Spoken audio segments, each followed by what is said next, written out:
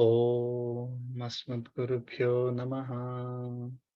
Krishno Rakshatano Jagatraya Guruhu Krishnam Namasyamyaham Krishnena Marasetravo Vinihataha Krishnaya Tasmai Namaha. Krishnadeva Samuthitam Jagadidam Krishnasya Dasosmiham Krishne Tisthati Sarvametadakhilam He Krishna Samrakshamam. Jai Srimanarayana. Today is 15th August 2022. We are continuing chapter 1. We finished up to Sloka 40. We start with Sloka 41. I'll share the screen.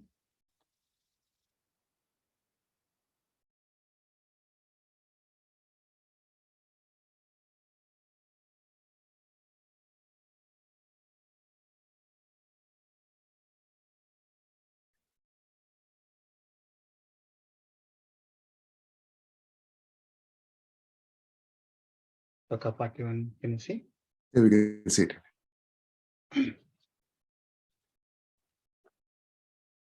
Om Asmadgurubhyo Namaha. Please chant.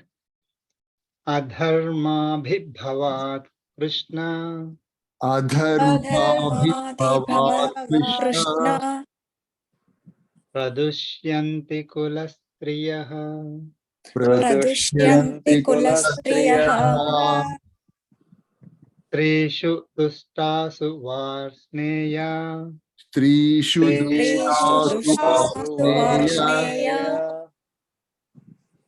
Jayate Varna Sankaraha Jayate Varna Sankaraha Chant together. Adharma Adharma Bhagavad Krishna Pradushyanti kulastriyaha Strishu Dustasu Varsneya Jayate Varna Sankaraha.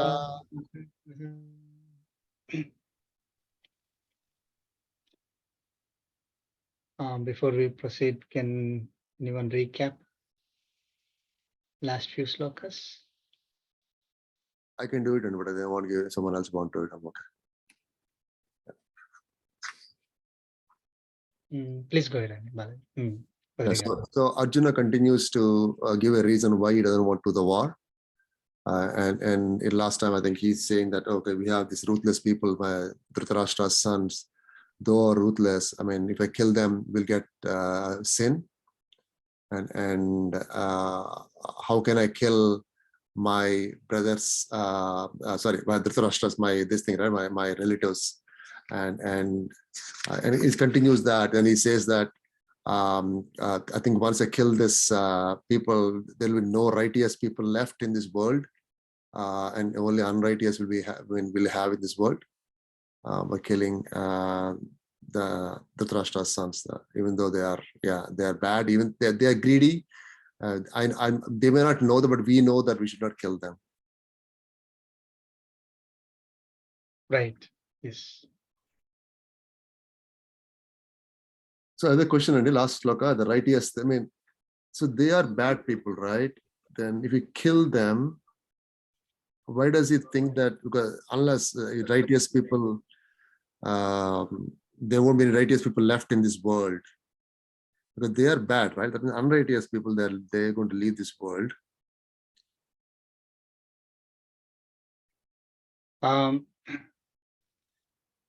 They are bad people, that's correct.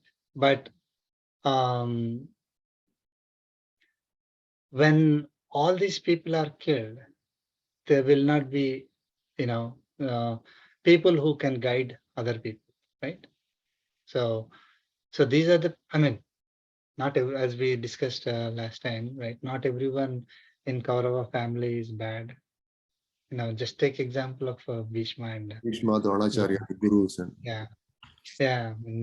and also it's not that only the Kaurava army will be killed. A lot of people on this side also will be killed, right? Even if we assume that everyone in Kaurava's army is bad, Then what about Pandava army, right? If Arjuna is considering them to be the righteous people because they chose the right side, now if they are getting killed, they are going to be killed obviously, because in war anything can happen. So if they are also killed, then there will be no one to guide their families and guide the society, with their, the whatever values that we need to get. So Kaurava army is 11 Akshohinis and Pandava army is 7 Akshohinis. Approximately, it is Kaurava army is 2.8 million people, and Pandava army is 1.8 million people.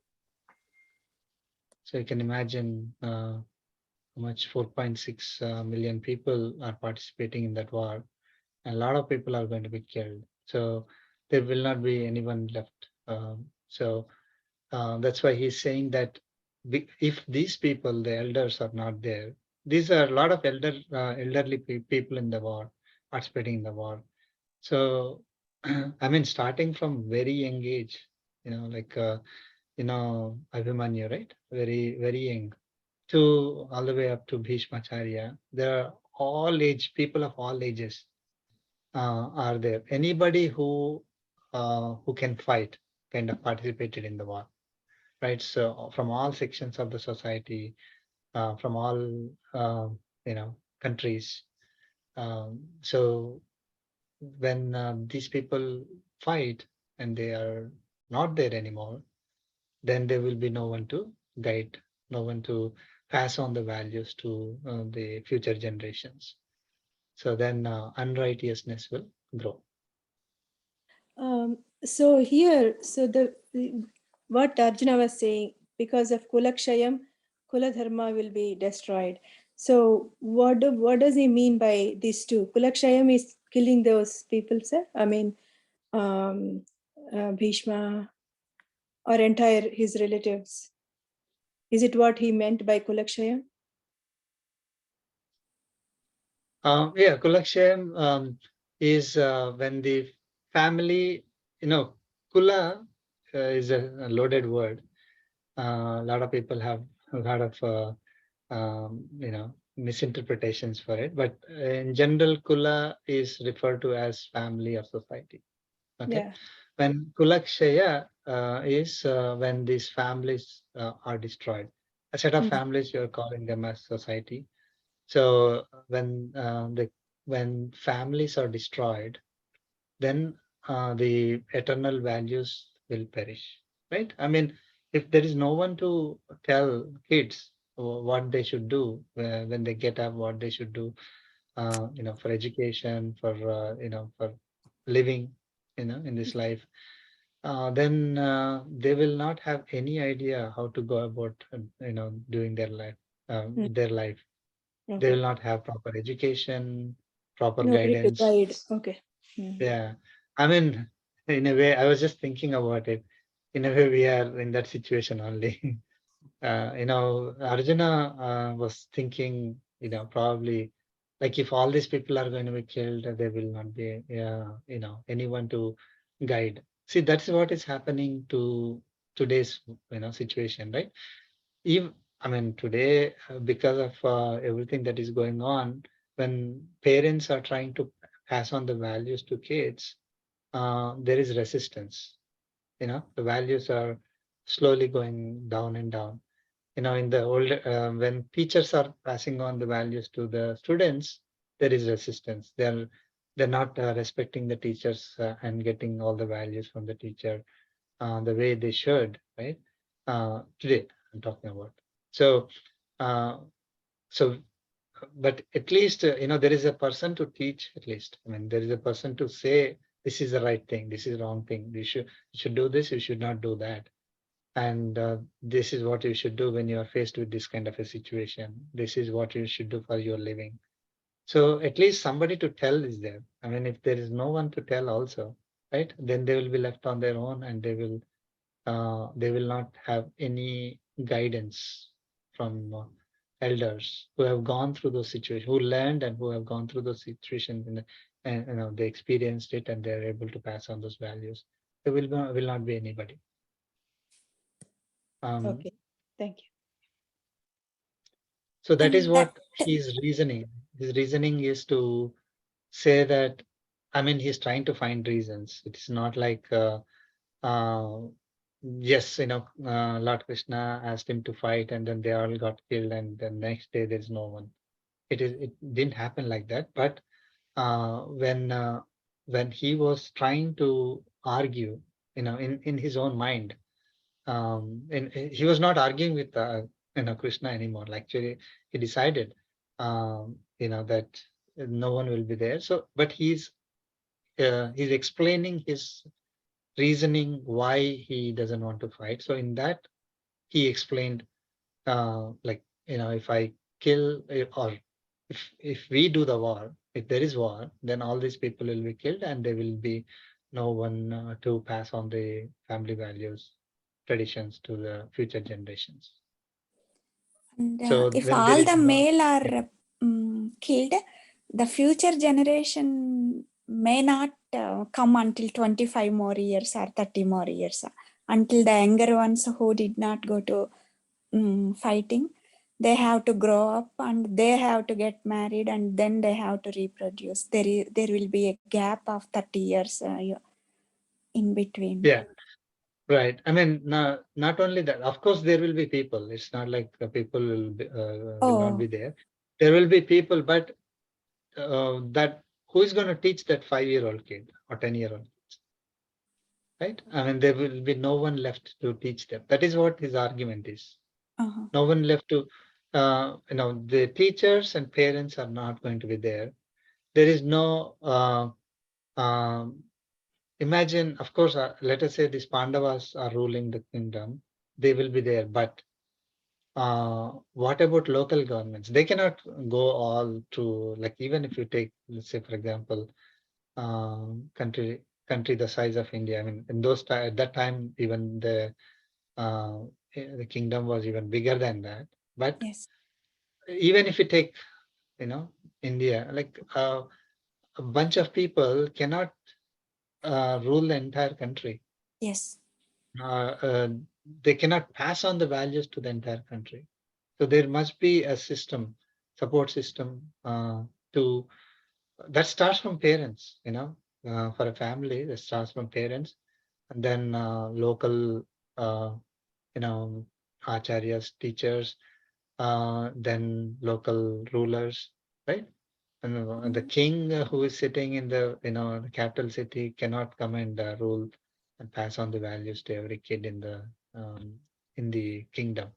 So if father is not there, teachers are not there, rulers are not there, then the families will not have anyone to get the um, dharma from. What is dharma? We'll go into a little bit more detail. I mean, this is very good discussion. To say what is happening to this world, also we can see what's happening. So when no one is there, then he actually went point by point. His logic is great. Arjuna's logic is, when all these people get killed, right? When no one is there, then family values will perish that are coming from ages. So there will be a disconnect between. So for thousands and thousands of years, father is passing on the values to their son or daughter. They are passing on their values to their kids. Like that, it is coming. Acharyas also like that. So there will be a break in the system, and the people will be left on their own without having any idea about what is the dharma that they need to practice, the eternal dharma, that is Sanatana dharma. They won't know. So that break will cause people to do whatever they want. So, I mean, that is what is dharma is lost, right? So when that righteousness is lost, then unrighteousness will grow. unrighteousness will start kicking in. Right? When um, one more thing that we learned is that this uh,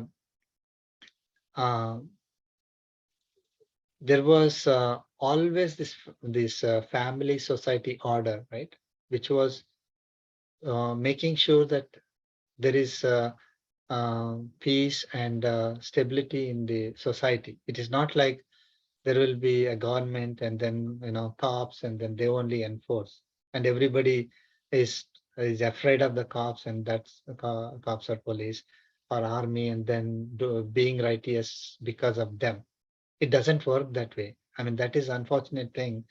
Um, Today, because there is, that family values are gone, right? There is a dependence on government to pass on the laws, and everybody is looking towards, okay, if there is a law, I need to stick to it, and as long as I'm not caught by the law, right, I can do whatever I want.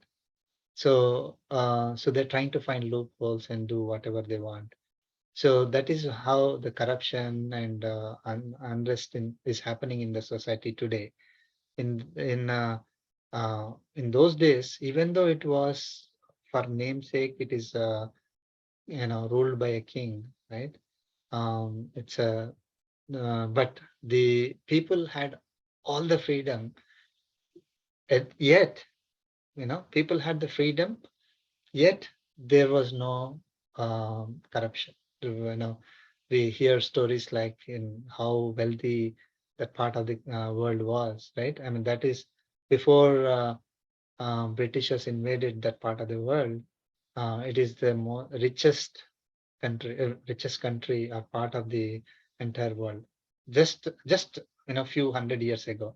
Now imagine 1,000 years ago, imagine 5,000 years ago, how wealthy that is. I mean, we cannot even explain in words.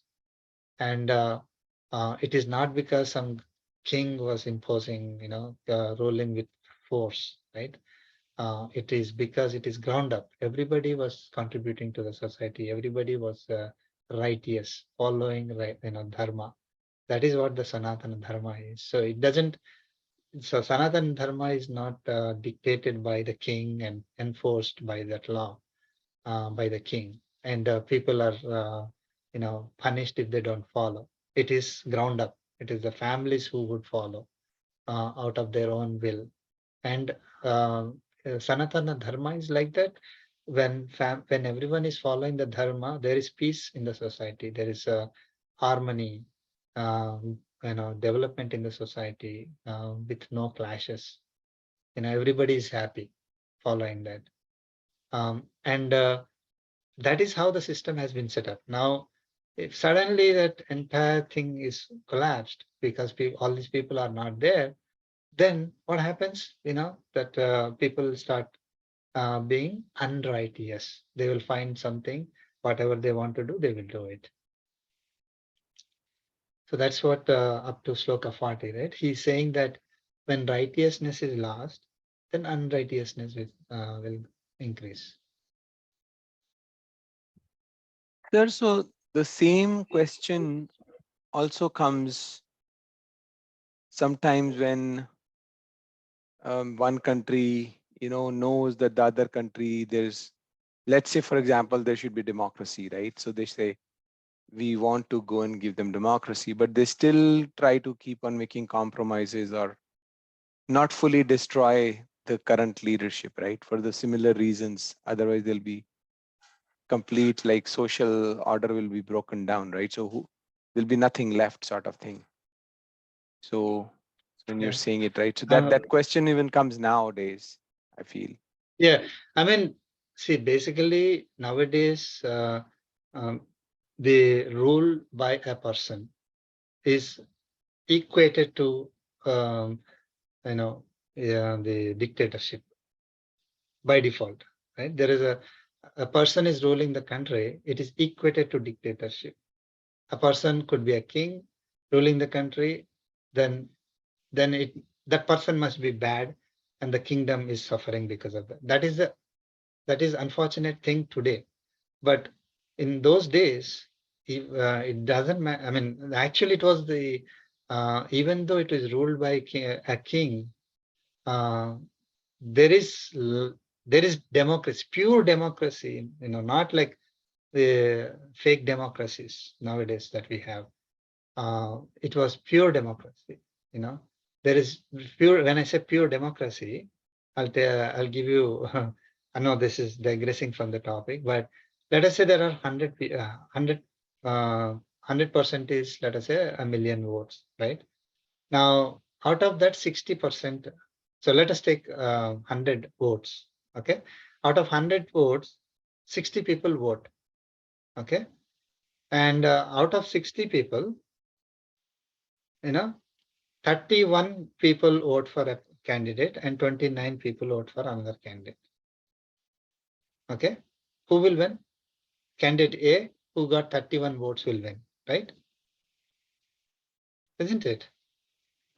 Now, if you so that person is going to start ruling the whatever, right? So now it also doesn't mean, like, whatever he may say before election, that doesn't count after election. So they can change totally, they can do whatever they want. There's no control. And even before elections also, they wouldn't have said anything about a particular policy, and they could start working on that policy later. Now, just by that number itself, 31% of the population elected a candidate, and that person is ruling. In these times, what we are talking about in Mahabharata time, it is 100%. If the king is, I mean, when it goes to even Lord Sri Rama's time, 18 million years ago, they were the dynasty ruling the kingdom, but the person chosen to become the king is accepted by 100% of the population, not like the 31%. 31% is a minority. Okay. And that 31% also may or may not knowingly vote for that candidate. So later on, they may regret. So that means, let's say out of 31 people who voted, 10 people regretted that, oh my God, I didn't know that he was like this, but I voted for him. Now you have, 20 people, 20 people are so electing a candidate who is ruling the country. So that is, what kind of democracy would that be? So it is I mean, that is the best we can do in these times, right? So that's fine. But the um, kingdom that we are talking about in those days, it is these kings were pure, 100% democracy following. If Lord Sri Rama had to, give up Sita, um, and send her to forest, there was no election, and then people voted and all that, right? So there was, from based on the information that they got, they found out that, it's people are kind of not supporting. So then that's the only action that they have to take. She cannot be the queen, so something has to be done. Even though it is king's wife, right? She is queen, they had to take the decision. So it is not like, okay, now we have an election and then, whatever the majority says, that will go, right? That it's not like that. One person doesn't accept, it will not go. It will not be accepted. So people were righteous. It's not like people had, bad intentions and all that in those days. If today, if we start applying that kind of a logic, nothing will pass, because there won't be consensus. But because of the eternal dharma that we have, Sanatana dharma that we had at the time, there was no such, you know, clash in the society, that based on classes and families and greed and all that. So it was possible to go with the 100% acceptance for doing anything. So the king had to be chosen based on 100% of the population accepting the king. it was like that. So yeah, I mean, just because you brought up the democracy thing, it is this is a pure democracy where the king only does his only he's living for the kingdom. He's not living for himself or his family or for gaining fame or all that. The kings, for example, Pandavas, they lived for the kingdom, So, but the other side, Duryodhana, was living for himself. So he was greedy and he was grabbing stuff from people. He was choosing, he was biased, and so that is why it was adharma that he had to be removed. Otherwise, I mean, even during that time also, those few years that he was ruling, the entire society got corrupted.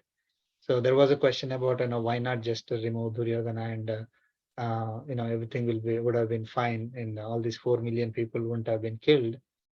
The answer to that was that because this society got corrupted by all these biased kingdom, biased leaders in the kingdom, uh, there was a choice given to the people. You choose the right side or you go with the Duryodhana, and whoever chose to go with Duryodhana had to be eliminated, and eliminated by the people who chose the right side. But because it's a war, anybody can be killed. So even the people on Pandava side got killed. So when all these people get killed, when the entire population, when if only Dhritarashtra's sons are eliminated, then this unrighteousness and all these concepts wouldn't have come into picture. But at that level, I mean, there would be unrighteousness in the society, spreading in the society. So that's why Lord Krishna had to, take it, make sure that the entire society is cleaned, and then it starts over by the righteous king, Yudhishthir. So that's why it will get. But I mean, if only those people are killed and everybody else was righteous, let us say, then the problem wouldn't have come. But because that was not the case, entire society had to be cleaned. We'll go into that later. So in Sloka 41, coming to Sloka 41, so Arjuna is saying, "Hey Krishna, adharma abhibhavat, adharma abhibhavat."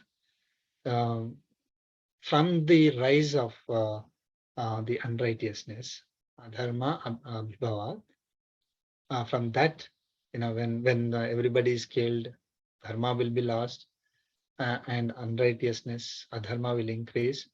From that increase of the unrighteousness, what happens? Kulastriyaha pradushyanti. So kulastriyaha is family woman. As I said, right? I mean, kula is associated with family. Family woman. When we say pradushyanti is will get corrupted. Will be polluted or corrupted. What does that? I mean, he is referring to it. He just didn't say striyaha because there, there could be others. So the pious, righteous family women, okay, who are righteous, right? I said righteous. They will be corrupted. So now you don't have all the males. All the males are killed, right, in the war. Who is left? The female folks. So even the righteous females will be corrupted. Okay, so that is his next logic. Why he doesn't want to fight. So then he's saying, "Oh Vasneya, hey Vasneya," again addressing Krishna. He's saying, from that, Strishu Dushtasu varna sankaraha jayate. So when women are corrupted, okay, Srishu Dushtasu, when they are corrupted, varna sankaraha jayate, mixing up of races, classes will occur. Okay. Again, this is very loaded. We have to understand it very clearly. The context is 5,000 years ago, not like everything that is happening today. We should not try to apply Arjuna's logic for today, but understand Arjuna when he was saying what is the situation, and also will extrapolate it for today's world. We'll do that. So what he's saying is that when the all the males are gone, maybe a few are left. Not like there are only 4.8 million men in the entire world at that time. So there will be some people, but they are not guided by the righteous people. So the males will do unrighteous people, because he said unrighteousness will grow, right? So these women who are living a respectable life so far, they have no one to depend on. So, I mean, they have to depend on some. They were depending on their parents or husbands and the local rulers. Now they are on their own now. So what happens, when they're not able to support themselves, they will be corrupted as well, and they will be they can be forced to marry other, because there's you can if let us say they're not finding matches, right, to marry, then they have to marry anyone that they can find. That is what is happening kind of today. So when that happens, then whatever customs that she is following, she is not marrying into this person who is following the same customs and traditions, right? So there is a mix-up. There will be clashes, there will be a mix-up.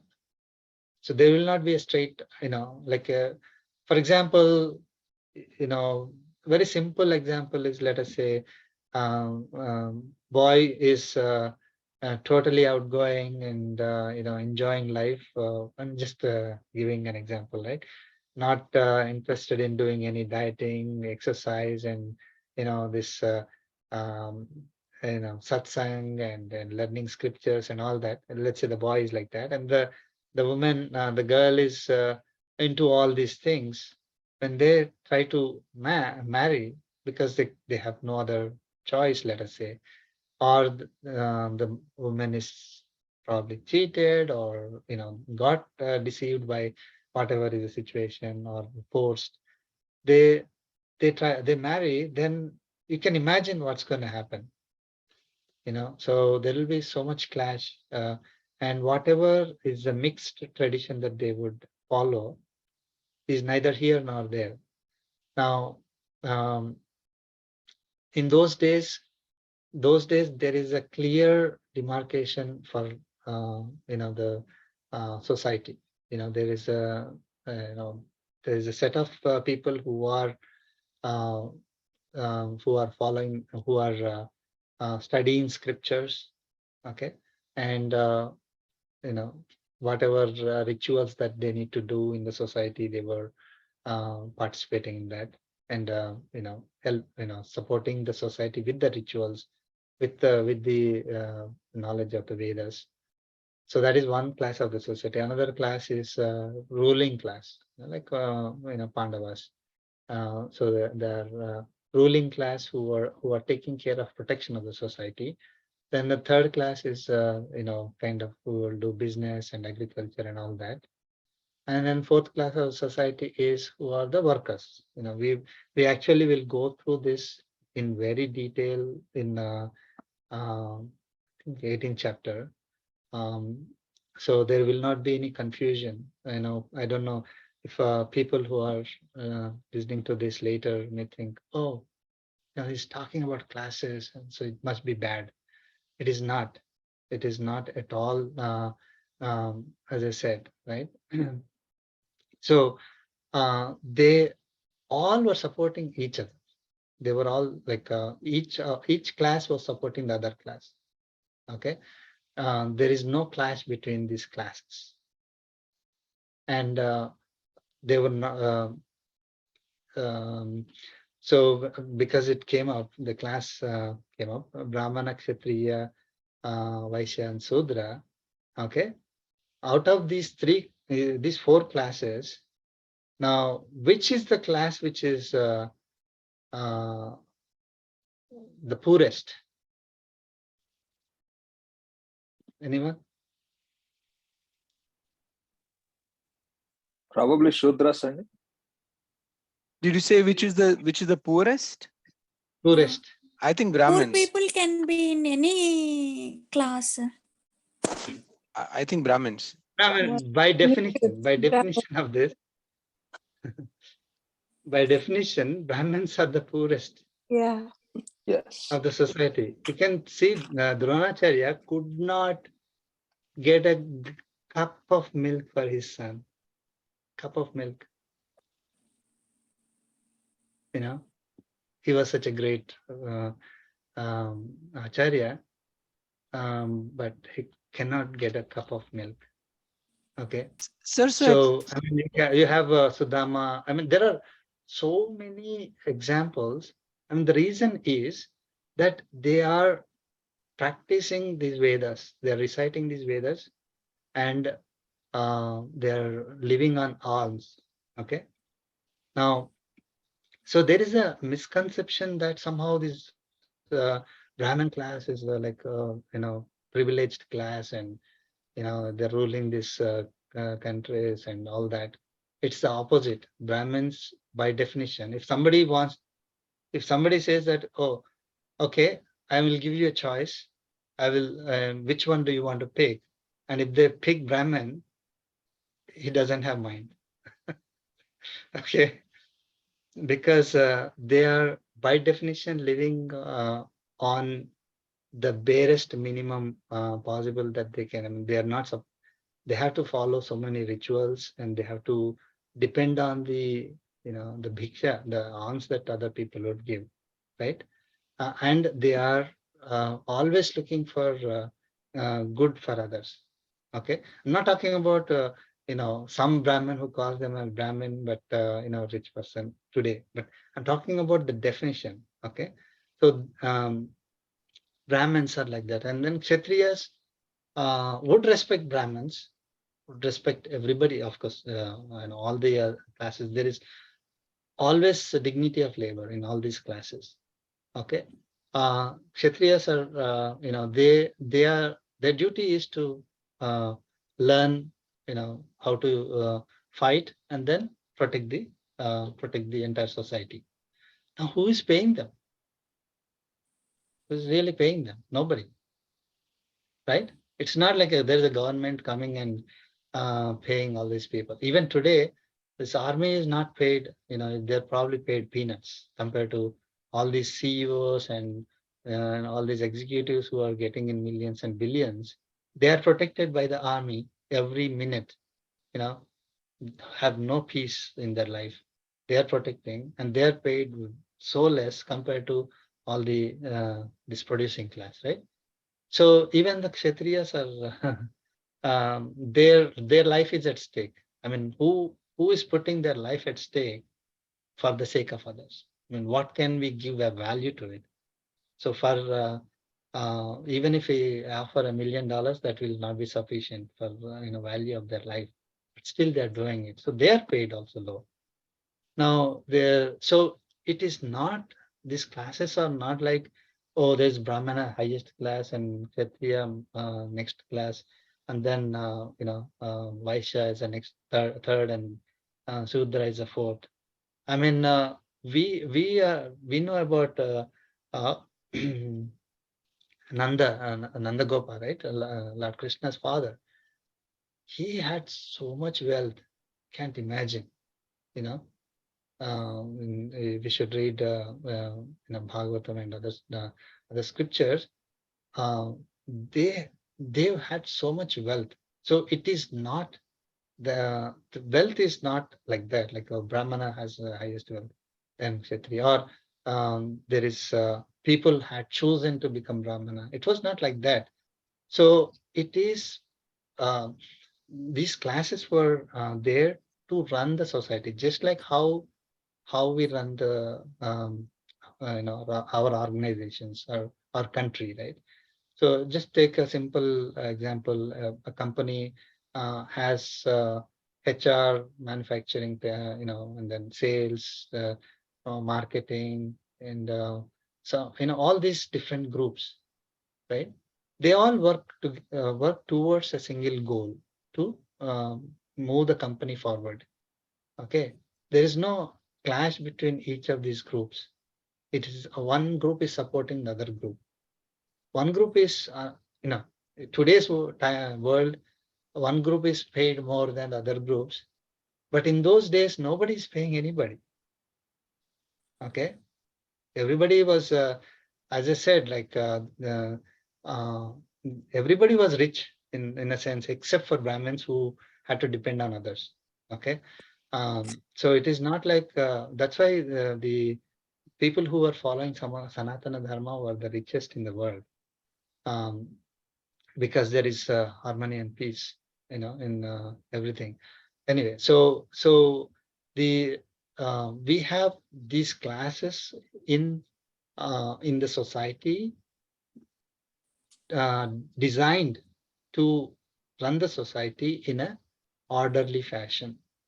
Okay, now if imagine if IT guy goes and starts doing marketing or sales, or uh, you know uh, start running the factory, it, it is what will happen. Or if a person in HR comes and says, oh, okay, I want to do coding, and it's not going to you cannot imagine that happening in today's situation, right?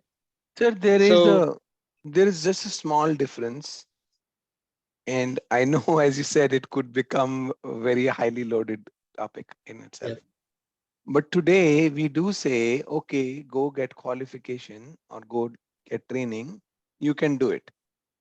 At that time, that was not, that's like one big criticism I have of that time, is saying if you got born in that, you just have to do that. Right? So there's no way you'll be allowed to do anything else. So that's a good point, fair point. But they also did that also. But it is not their regular duty. It is uh, going beyond, right? They will follow their regular duties. They will also go beyond that and then do other things as well. It's not like Pandavas not just learned how to fight; they also learned scriptures. Okay. So it is there. They had a primary duty, and then on top of that, they want to do secondary and tertiary. They can do other things, but they cannot, just wish and change without qualification. See, today there is a like you are saying, okay, you are Java certified. Okay, you are HR, but you are Java certified. You can go and do the programming. But there is no such thing in those days. So what would happen was that if a person from one class goes and starts doing something else in another class, there will be lack of harmony, because this person without proper training may be doing this for whatever reason, right? So the reason is, if it is for selfish reason, then the entire society gets corrupted. If it is if that person is like, for example, Dronacharya was fighting, he's a qualified person to fight, so he was able to do that. But not all Brahmins in those days would have been eligible to fight. Sir, I think a lot of So Kshatriyas were taught the yeah, Veda, like, scriptures. even Sudras were taught. So it is not that they were That not. part I don't know. Okay, so I was gonna ask Oh, only, like, I feel yeah. little bit strongly about The So, I Shudras mean, were kept 1,000 years deprived. ago, Yeah. I mean, again, we don't want to digress, but there are, the Alvars, not all of them were Brahmins. They were downtrodden. I mean, they were lower classes of the society. So we have Kshatriyas who became rishis, you know, we have very good examples, right? Kshatriyas who became rishi by doing the tapas. So it is not like that there is a block that you cannot do it, and if you do it, somebody is going to come and kill you. It was not like that. Okay. And So, but the understanding is that there is a because you belong to a particular class and you grow up with that particular thing. Like every day, say for example, there's a doctor, Ayurvedic doctor, who's preparing medicines, in the house, and then treating the patients every day. And then the kids who see that every day, it is like no brainer for them to just continue what they're doing, what the father is doing. And given that there is no other college that people can go to and learn this job, right? It becomes the only means is that okay, they're learning from father and then proceed, they're carrying it forward, right? Same with Kshatriya also. I mean, there is they are born and brought up in the small society where they have exposure to all these gyms and all these people who are fighting, who can they can learn there, and then they can grow with that. It's not like they have to go to some other place. Today's situation is totally different. That's why you want to uh, think that, oh, because there are classes at that time, it must be bad. Because what we are seeing today's classes is totally different from the classes at that time. The purpose was different. The society and the rules at the time were all different. So somehow we may have a misunderstanding, misinterpretation, because somebody wanted to rule this place where Sanatana Dharma is, where there is harmony. They wanted to rule. So they said, oh, there is division. That's why you are higher, you are lower, so you should fight against each other. So that you should be same. In fact, uh, it is all these classes are equal in the eyes of Paramatma. We'll come to all that in when we come to 18th chapter. It is very, very clearly explained. And no matter what kind of work anybody does, right? All are equally eligible to reach the state of moksha. So it should not be that, oh, I am in this lower class, I should be, I should become a Brahmin, like I have to put the clothes of a Brahmin and then be like a Brahmin, then only I'll be getting moksha. It is not like that. Anybody from any class will be eligible by doing the work that is assigned for that class itself. They don't have to pretend or jump. Like it is not like, I can only become a CEO if I am in, let us say, marketing, okay, or finance. And if I'm doing IT, I'll never be CEO. It is not like that at all. Imagine that kind of a situation where even a janitor, if they are doing the janitor job with perfection, with dignity, they will be, I'm taking today's situation, assuming that it is a class. And we somehow today think that, okay, that's the lowest because of, because they are getting lower money, right? That's everything is seen in terms of money. That's the reason why we are seeing it lower.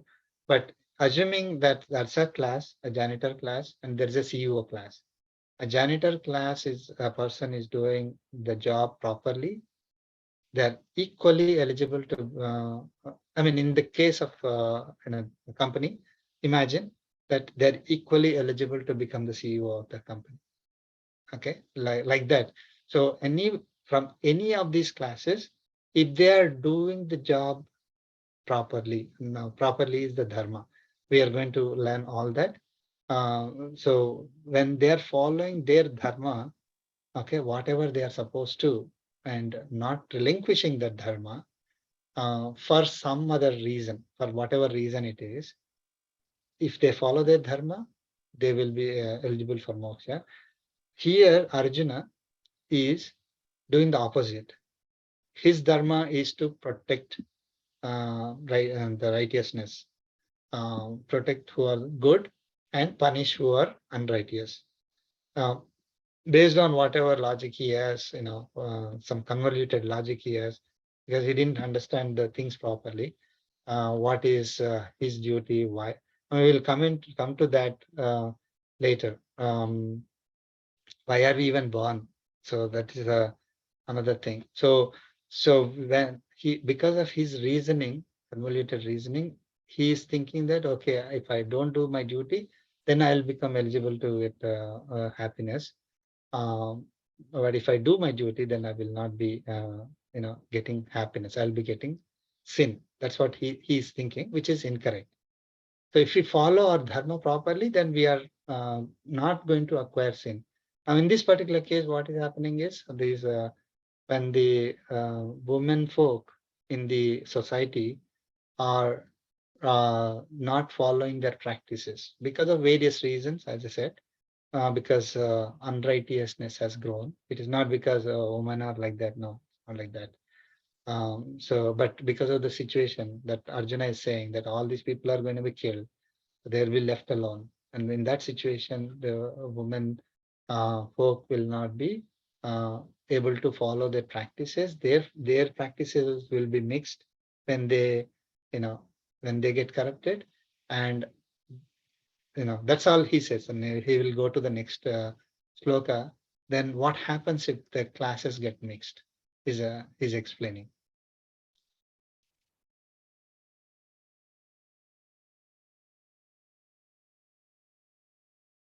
So far, good.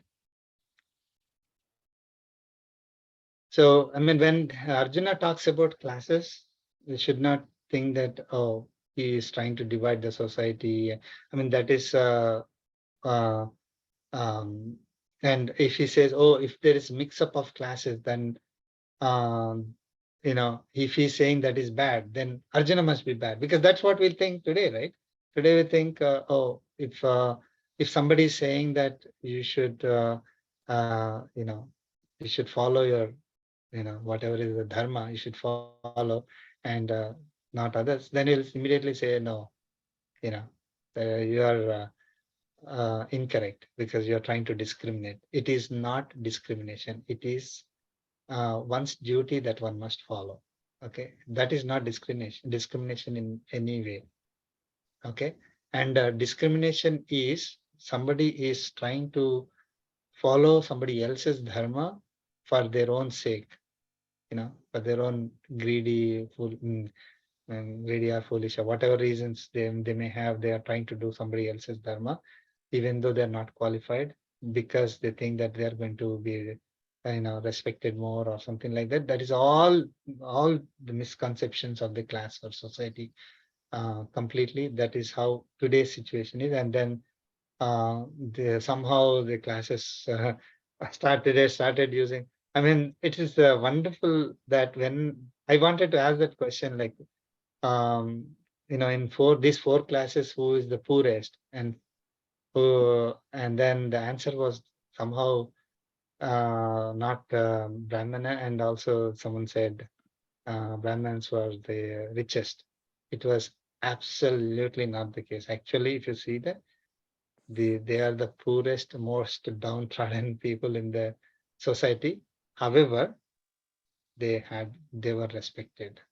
Okay, so that is where the difference is.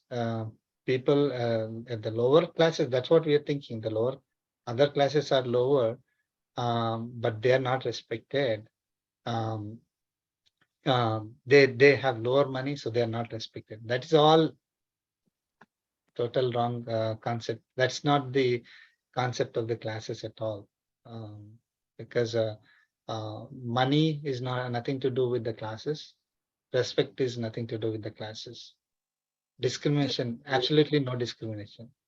They were just So given because they had to do their duty for the society. And one more thing is that, I'm sorry, we may be digressing, but very, very important point is that they are, when somebody is born in this society, like, anybody is born, they don't know what their duty is in this world. Everybody tries to figure out what they have to do. And then some people may be successful in terms of successful in the sense everybody looks in terms of money only nowadays, or fame, money and fame and how much they acquire. All that is success. Okay. And some people are, opposite. So they're not successful, no money, no fame and all that. So everybody is in that, they're running, towards, without knowing where to go. I mean, the classic example is people, everybody is trying to do something, uh, that whether they like it or not, and they're forced to do it. And then, or some people like it at the beginning and then they don't like it. So that all these problems are coming because we don't know why we even took birth. Okay. So, we took birth to do a duty for the society. And while doing the duty, we have to clean up our sins through the knowledge and through practices. So it is not like we took birth to earn $1 million and have five cars and 20 houses or so much fame and all that. I have to become this, I have to become that. I have to enjoy, go, see 20 places in the world. All that is going to be gone when we leave this world, and nothing is going to come with us. Okay, so we took birth in this world for a particular reason, to do a duty only. And what the duty is, unfortunately, it is gone because of the again mixing of the classes. We have a duty to do. When we don't have clarity, in those days they had clarity in terms of what duty that they need to perform. So apart from practicing the duty, they want to learn Vedas, do agriculture, do build some factories or bridges, and absolutely they can do it. No problem. But they had, from day one they had a clarity. Okay, this is my duty. This is my dignity.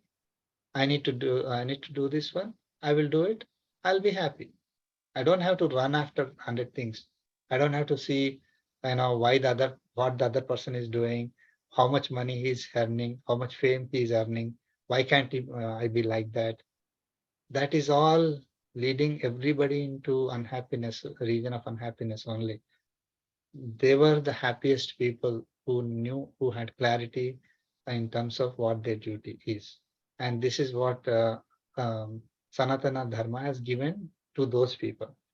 Now, again, we have to understand, again, this is not a class on Sanatana Dharma, and things have changed so much. So I don't know if it is even possible to try to bring it, but at least understand that that was not a bad thing.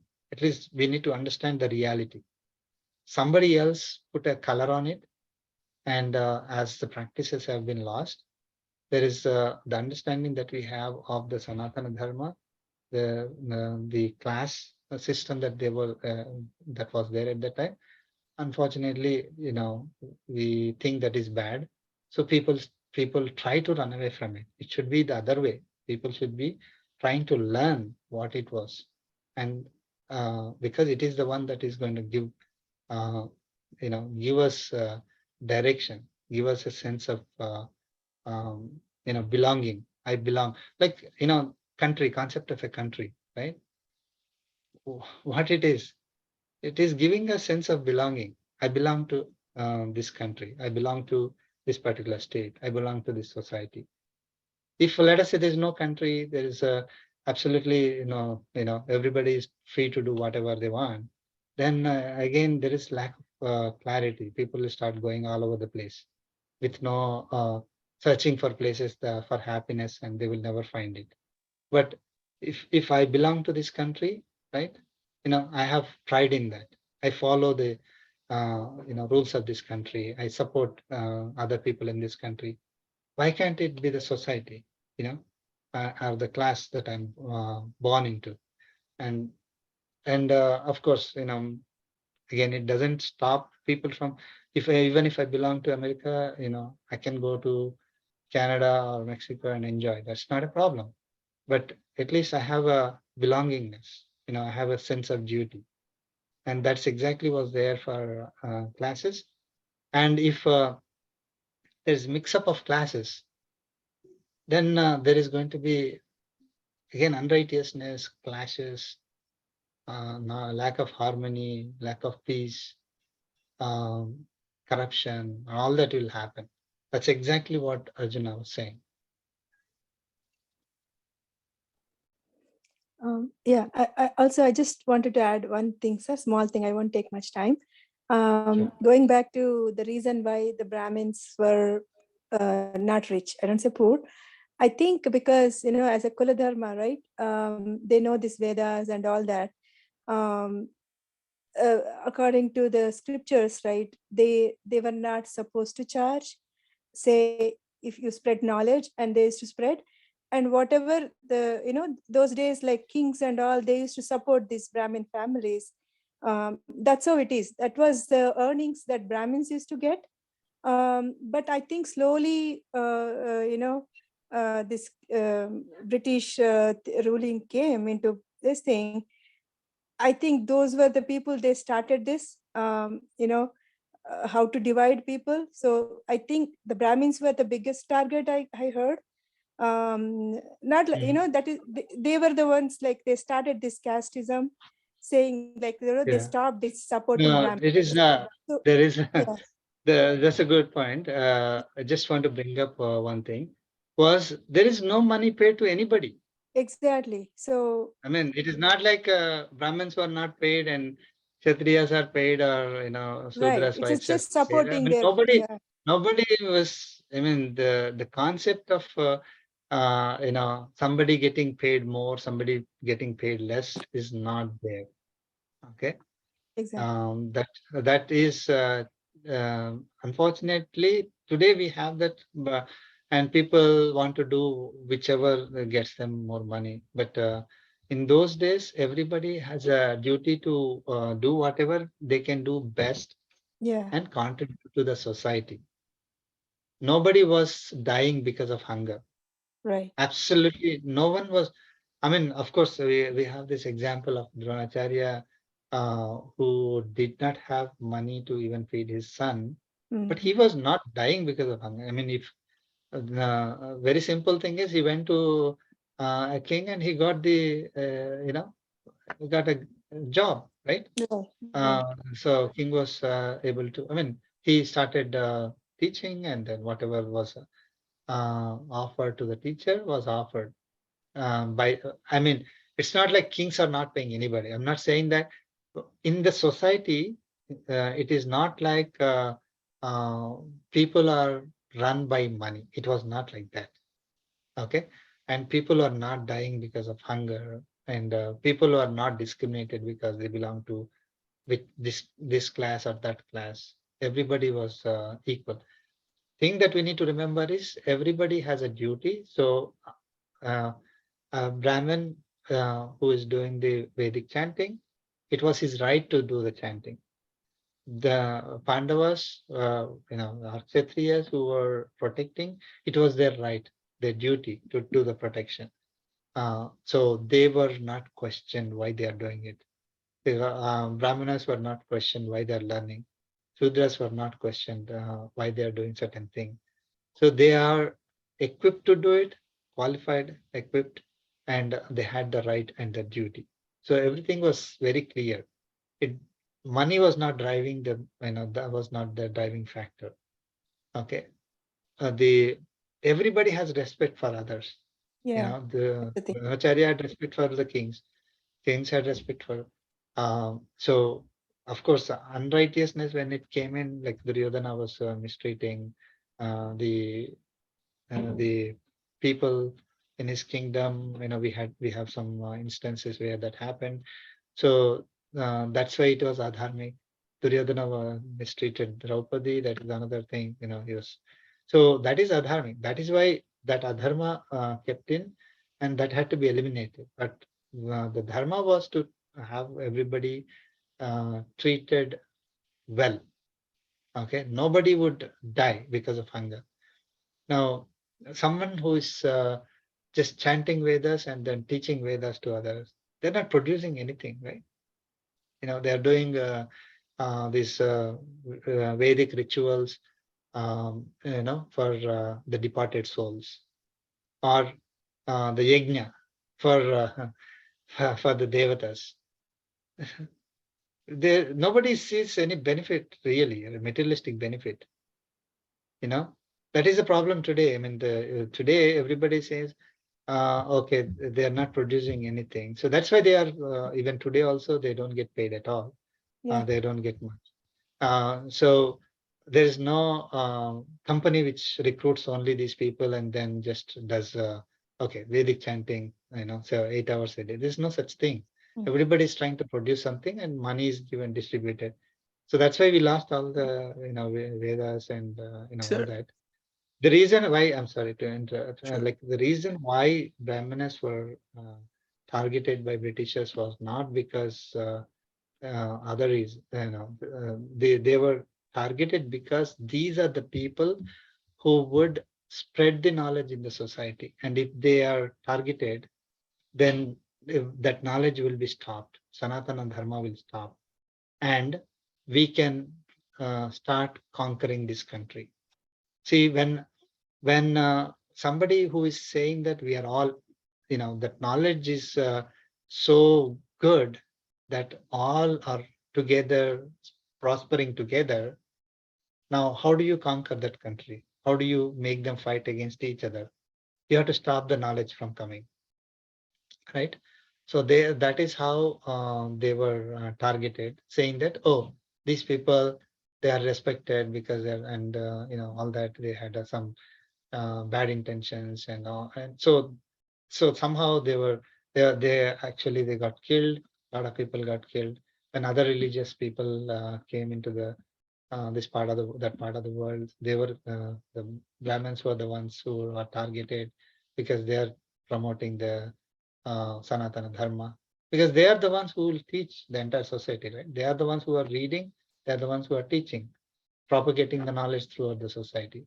If they are eliminated, then there's no knowledge, then there's no righteousness. Unrighteousness will grow. That is exactly what has happened.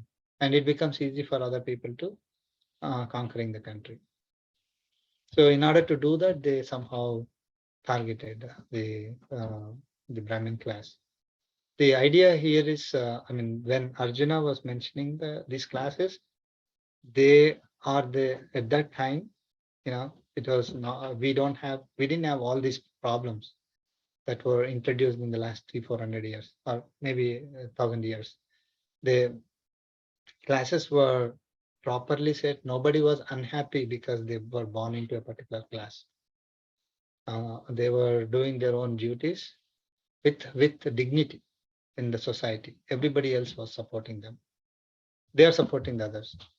So,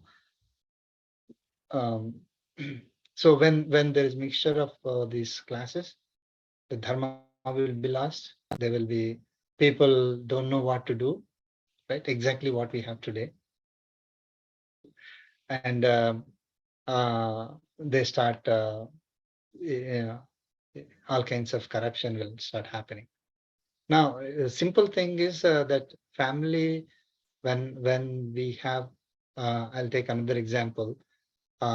Journalism, is, let us say, that is a class, and we are not supposed to publish anything that is not a fact. Let us say that is this dharma of a journalist. Okay. So I'm not supposed to propagate anything that is not proven. Okay. Speculation and unproven stuff I should not say. If that is the dharma, my dharma, then all these lies that are going around the speculations and then the clashes that are happening because of the information that is propagated, the wrong information that is getting propagated throughout the world, which is causing all kinds of problems. That won't be there, right? So if no one, so let us say I belong to that class of people who always follow my dharma of propagating only the truth.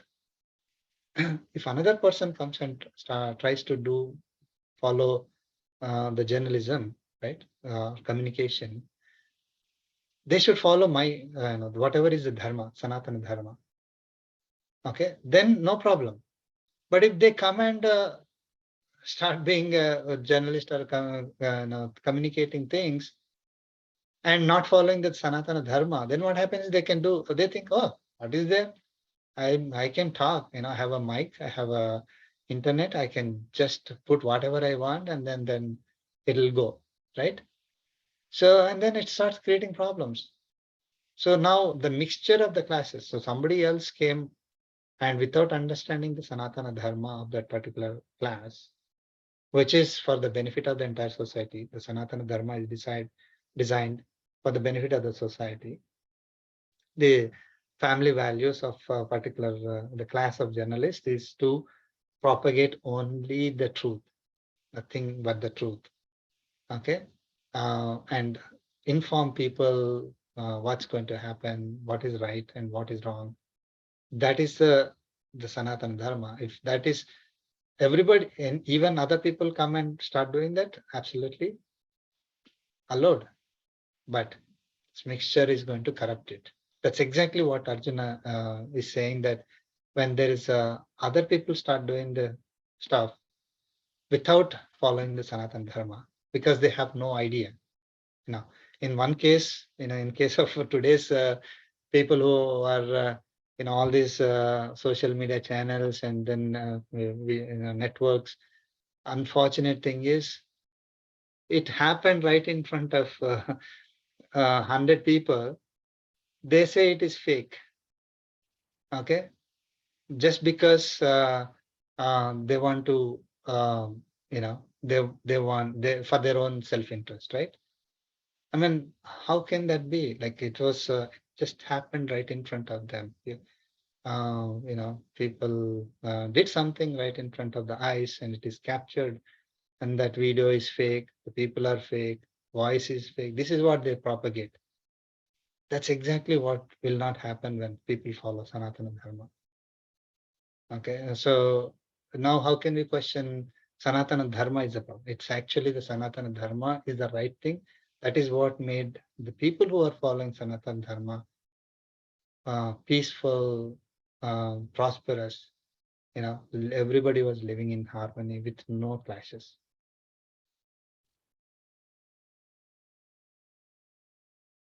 Sir, I wonder what should we learn, right? So as Ushaji said, I also feel that, there was peace and then to divide, in the name of caste and later on, religion also, right? So a lot of divisions were done, so, there must have been at least some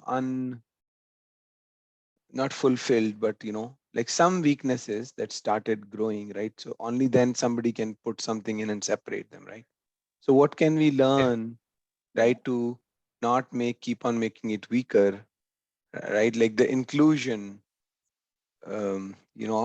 aspect of it, which I believe that there was some weakness that somebody started. Yeah, I mean, it's a very good question. So basically, we need to learn first, and we need to support those organizations which are trying to promote Sanatana Dharma.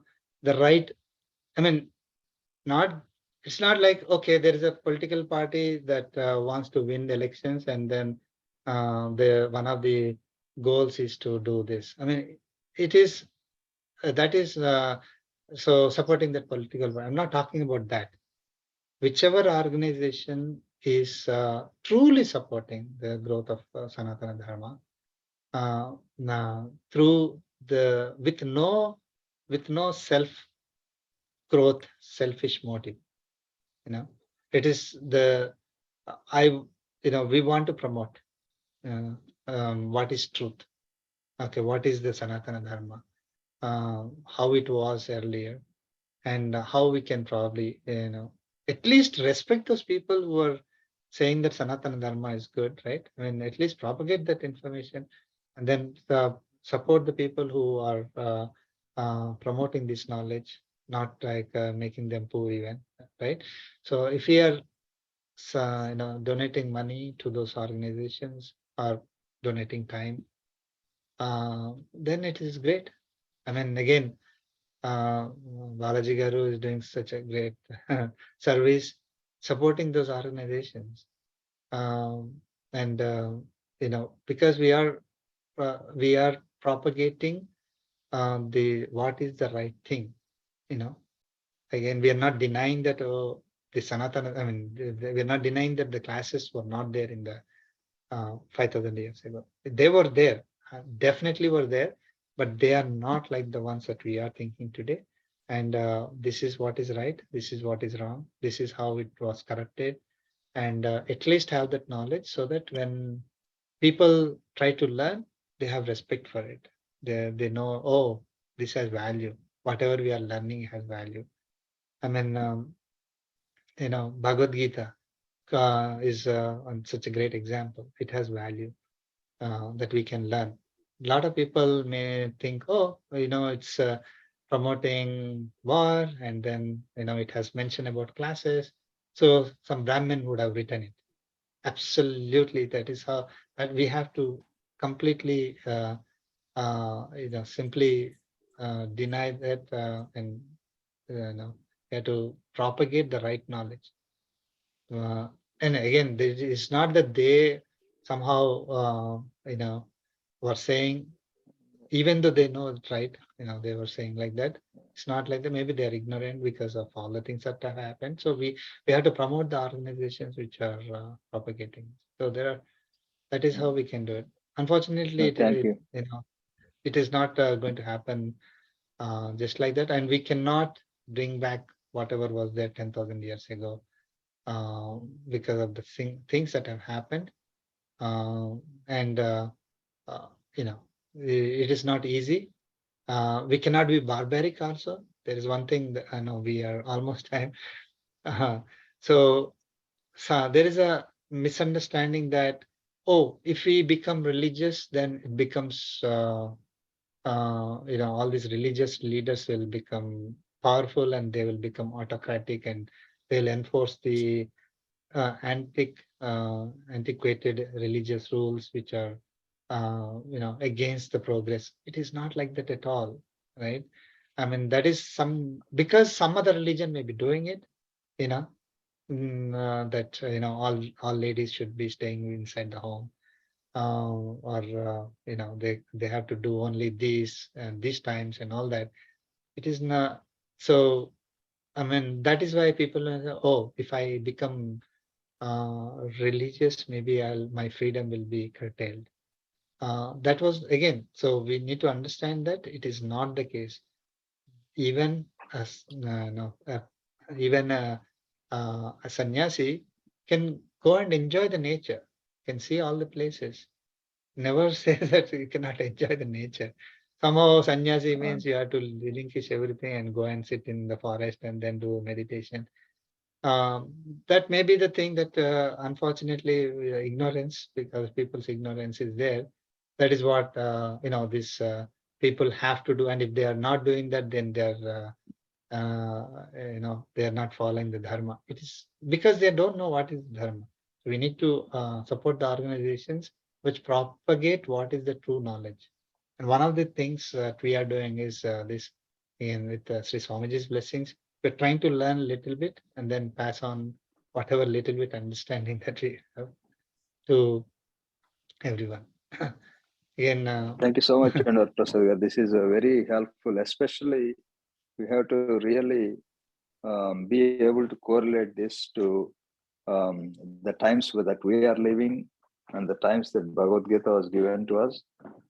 And even from my childhood, right? Unfortunately, in the childhood, we saw a lot of organizations, a lot of people criticizing all this. But from my experience, it was all. If we think back, even if you observe carefully, even today, a lot of people are criticizing some good things that are happening. It is mere words.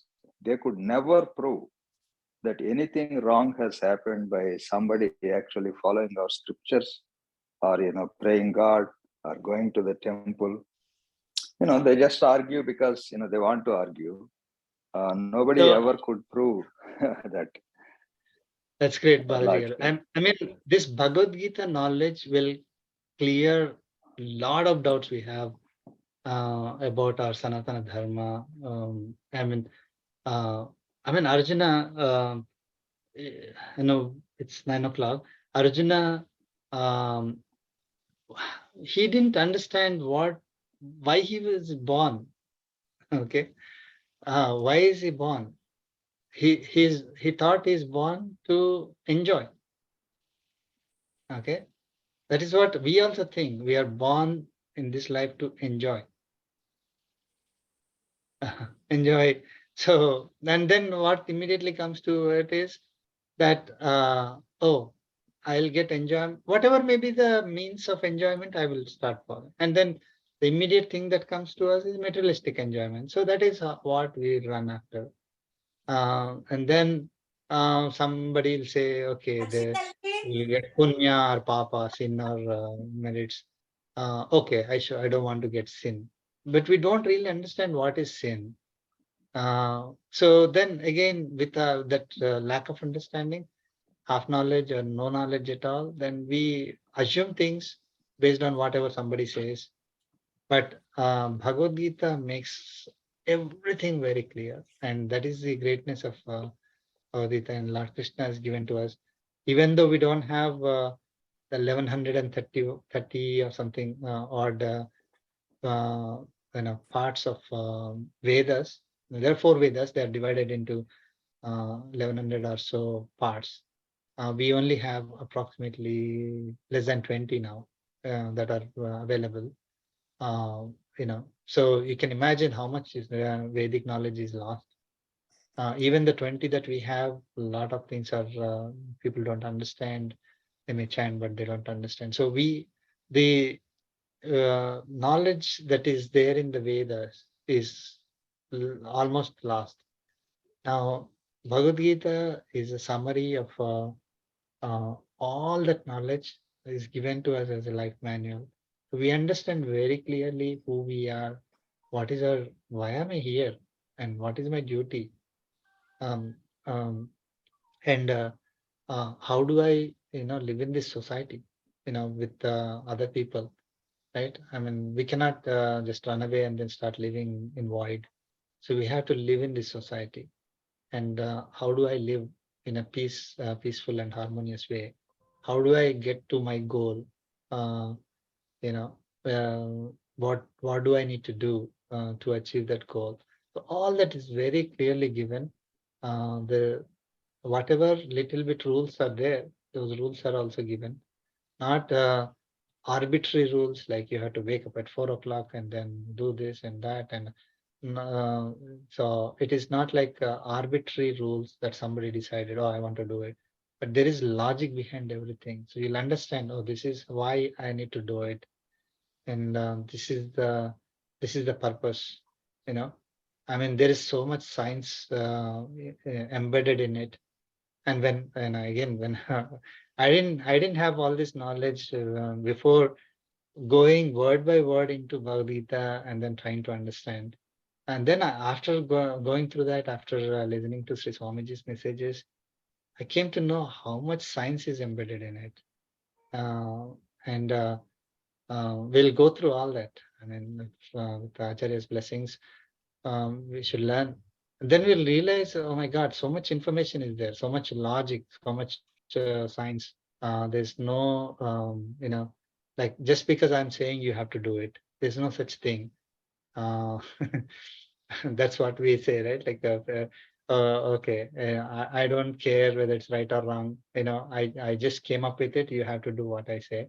Otherwise you will be doomed. It is not like that. Everything is very clearly given to us. And yeah, so even though we lost that entire knowledge base, at least we have Bhagavad Gita, and learning Bhagavad Gita is a great step forward for us.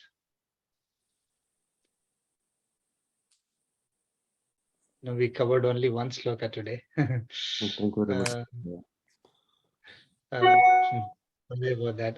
I mean, when we go to the 18th chapter, again, we'll discuss about the different varnas. Now, we need to make it very, very clear that, again, people, whoever is seeing this later, everyone in every class, everyone who is following the dharma, their duty, their whatever duty that they are supposed to do, they are eligible, equally eligible, like anyone else in any other class doing their dharma. Okay, so there is absolutely no discrimination. Okay, so imagine if somebody is getting paid, all people are getting paid equally. We don't see that, that payment, the dollars or rupees or whatever it is, we don't see it in falling in our bank, but Paramatma is giving to all of us the same, we are all in the same level. So that is a equal, we have equal opportunity to reach Paramatma. Again, Statue of Equality, you can go to Statue of Equality, get more information, but there is absolutely, it's not like, oh, okay, I'm born in these 4 classes, and if I don't know my class because, somebody in America or Africa, they are not following this at all, right? Even they have the equal opportunity.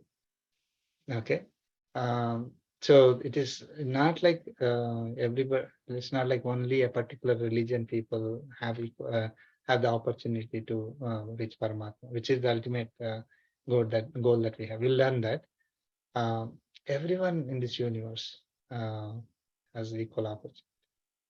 Okay, of course, it's not like people are hurting other people, murdering other people for no reason, for their own selfish benefits and all that, their kama krodha and all that, reasons. If they're doing it, then of course they are going to get whatever they are supposed to get. We'll learn all that. But if we are following our dharma as per the principles that are given, which are applicable to everybody on this earth, they don't have to belong to a particular class. Everyone has the equal opportunity. They're following Bhagavad Gita principles. I mean, the classes that Arjuna was mentioning was at that time, people are having clarity and they were doing certain job for the benefit of the society. And if they lose that knowledge, if there is clashes between the classes, then peace and harmony will be lost. There will be unrighteousness. And he didn't want to be the reason for that to happen. So that's why he wanted to not fight. Okay. It is an interesting discussion. Thank you so much. Thank you for explaining, sir. Thank you, Varaprasad. Yeah, we can discuss more in the next class, next session. Okay, let's conclude with the concluding prayer. Ayena vacha manasena